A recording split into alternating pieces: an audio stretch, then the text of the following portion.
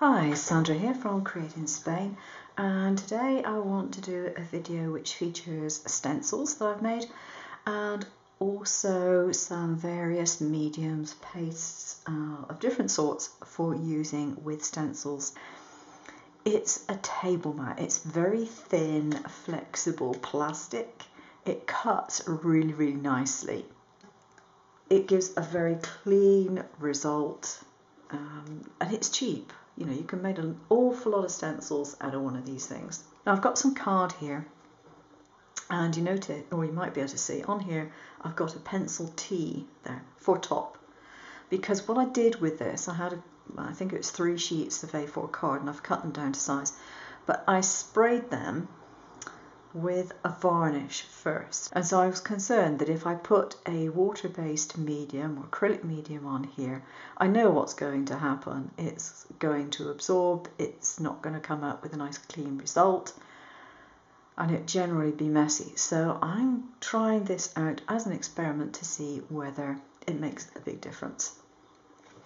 I want to do a stencil with a black background, and one of the mediums I purchased recently from Lidl is this Mix and Create box, which has got 4 different ones. There's a black one, a white one, a gel one, and a glue. Now this obviously is the black, and I've got some paper tissue here. I just want to do a kind of just a swipe, if you like, of black medium over my card. Oops. Oh well, happy accidents. So there we go. I want to make sure that it's flat, or as flat as it can be, and still be swiped. There we go. So I got that. I don't know whether it's going to give me a good base for a stencil, but I'm going to experiment.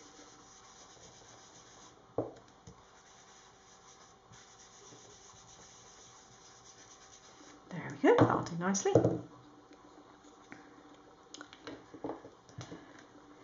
There's just a lightly coloured background. Get my tongue out of a knot.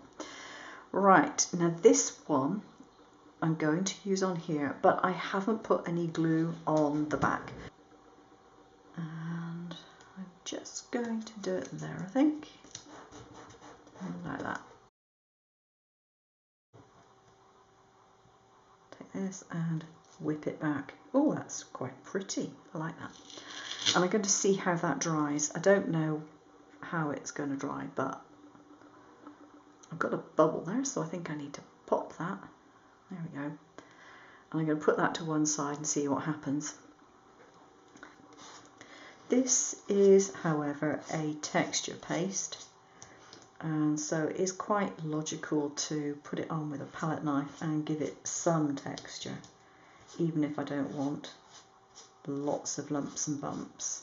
I'm going to put that to dry along with the black one. Now, I picked up these in Lidl as well. These are what they call mousses, acrylic mousses, and they are very lightweight, quite pale texture pastes, but they're really pretty colours. There's 3 colours plus a white, and I think these colours are gorgeous. I wish they did more colours in them. Having said that, if you have a white paste or a clear gel paste, there is nothing whatsoever to stop you from adding some colour to it. Acrylic mediums will mix with anything you want to put them with, so not a problem. And I'm going to take another one of these stencils. This one is slightly different in that I have linked up this free floating, the one that was free floating before, I've linked it up with the edges. So this one I'm just going to put here, and I've got a smaller palette knife because I'm going to do several colours. So I'm going to just get some more paper to wipe my knife off.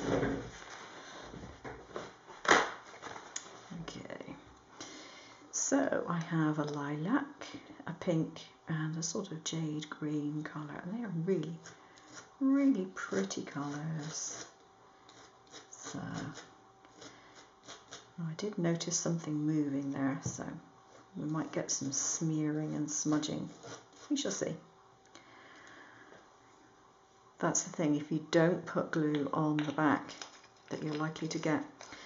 The reason I haven't put glue on the back is because I'm doing, getting it over my fingers, I'm messing on it.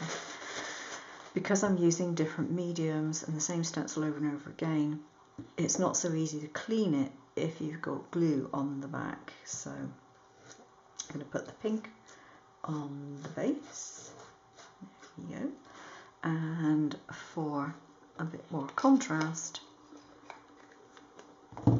I'm going to use this jadey greeny colour in the middle.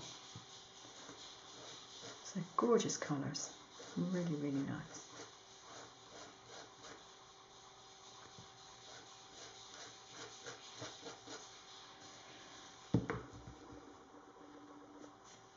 Okay.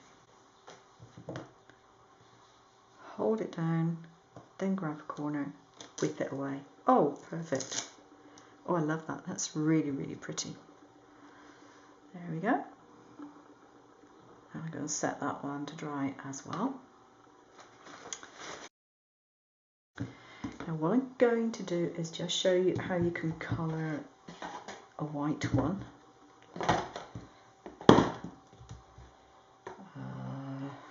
Getting my mediums mixed up here.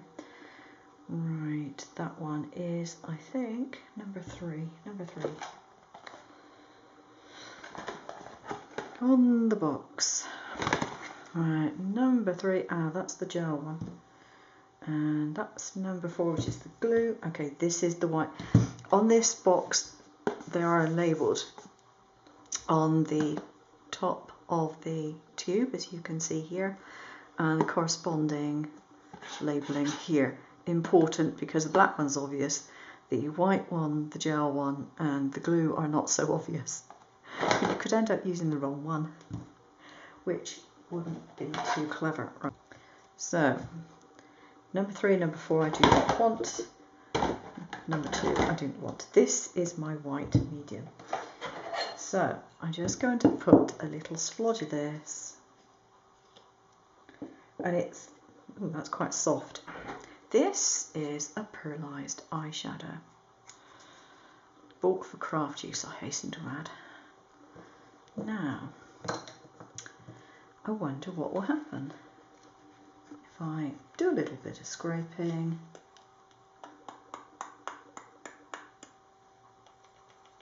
Mix it in. I don't know if it'll have much of an effect because this one's actually quite pale. So it may not have much of an effect, I don't know.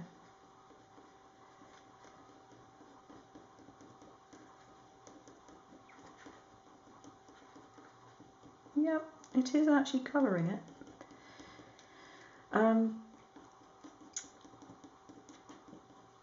Yeah, interesting. Not a strong colour, but it is colouring it. Okay, so that's just a thought that occurred to me, and I thought, oh, I'll just try it out now, just while I remember, because I was looking at some paints online the other day, powder paints, powder pigments. Now I've got ones that are sort of like pearlised things, but I wasn't looking at pearlised ones. I was just looking at ones that you just sort of, I can't remember what they were called, but you sprinkle them on paper and you add water. And I was thinking to myself, actually, eyeshadows are fairly finely pigmented, and that would probably work as well. So I may end up trying that. Okay, so I haven't got much colour in there, so I'm going to use an alternative method for colour. I'm just going to get some ink, just from a normal dye thingy, and I'm going to pick up the colour. There we go. So, just goes to show all those ink pads you've got. You see, you've got other uses. Ooh, that looks like raspberry ripple.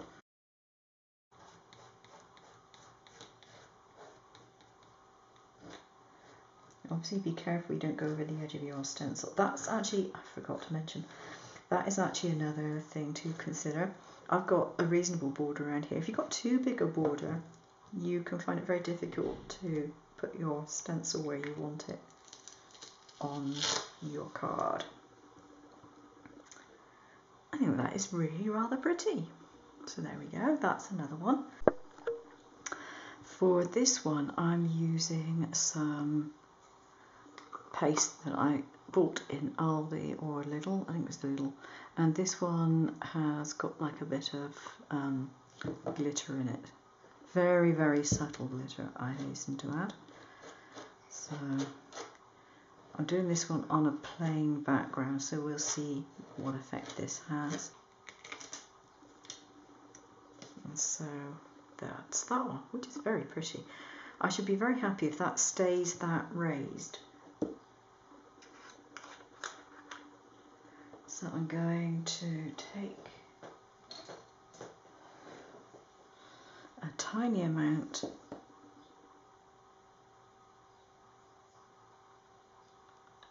of this powder.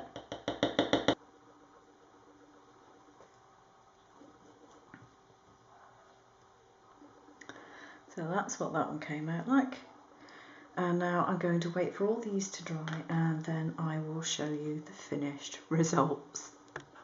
This is the one that's the texture paste which has the sparkle in it. However, what could be done is you could go over it with watercolours and you could make a background colour afterwards.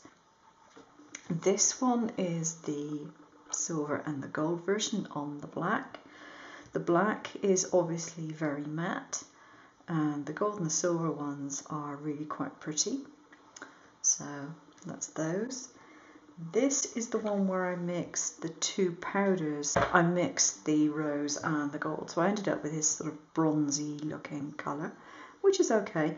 I have got a bit of smudging in here, but as I said, that's because I didn't have any glue on the back of my stencils. This one is the one that I tinted with eyeshadow, believe it or not. And this is one that I didn't actually show doing this one because the camera switched off and I hadn't realised. But what I did with this one was I used the stencil and put some ink on it. And then I put the glitter paste over the top of that. This was also the texture paste, the texture one rather than just the glitter glue. And this is the one that I did solely with the glue, the glitter glue. And it's quite a pretty effect. Now the difference with this one probably is that if you were to put something watery over the top, you'd probably find this would dissolve and disappear. And the other thing that I did, which I think is really gorgeous, is I actually cut out a couple of the butterflies afterwards. Now this is the one that was done purely with the colour paste, the mousses. It's really pretty. And this one was done with the one that I coloured with the ink, and that's come out really nicely as well. Unfortunately, I tore that one slightly when I was taking it off the mat. So I think these two will make some very pretty embellishments for a card. One word of caution though is to make sure that it's properly dry first, otherwise it'll be like this one and it's a little bit fluffy on the edge where it was still slightly damp.